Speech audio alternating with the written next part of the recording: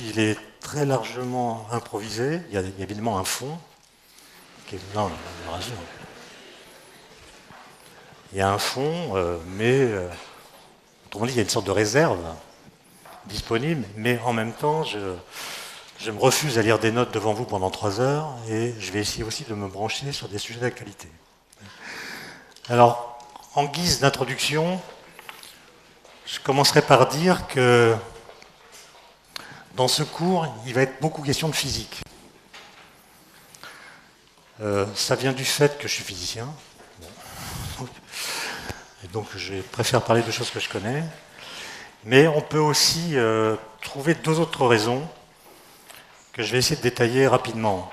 La première raison, je la tirais d'un livre d'un philosophe des sciences français très connu, enfin normalement très connu, qui s'appelle Gaston Bachelard. Gaston Bachelard qui est mort il y a exactement 50 ans.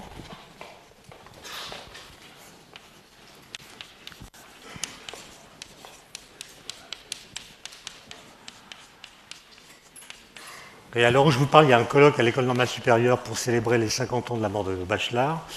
Bachelard a écrit énormément de livres sur la science, notamment sur la physique quantique et la relativité, puisqu'il a, il a vécu pendant l'avènement de ces 2 nouvelles théories.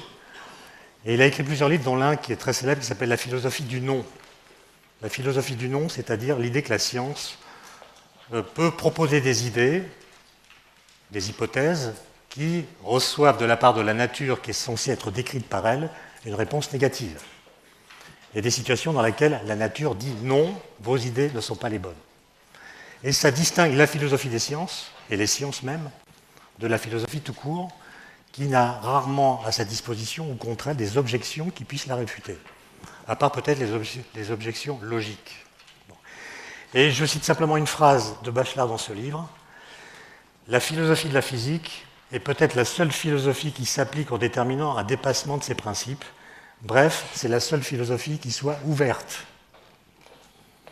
C'est une philosophie qui est obligée de tenir compte de ce qu'apprend la physique, de ce que la physique nous apprend de certaines choses, et de corriger ses principes à la lumière de ce qu'elle aura appris de la physique. Donc elle est par définition ouverte, puisque la physique elle-même évolue.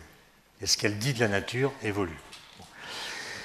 Ça veut dire quoi? Ça veut dire que l'esprit et la raison ne sont pas des entités autonomes qui pourraient se développer simplement à partir d'elles-mêmes. La raison ne se développe pas simplement à partir d'elle-même. Elle a une altérité, elle a un en dehors qui s'appelle la réalité. Et donc la raison peut nous conduire par exemple à des hypothèses ou à des conclusions qui sont réfutées par la réalité. C'est ce qui la distingue des idéologies, par exemple.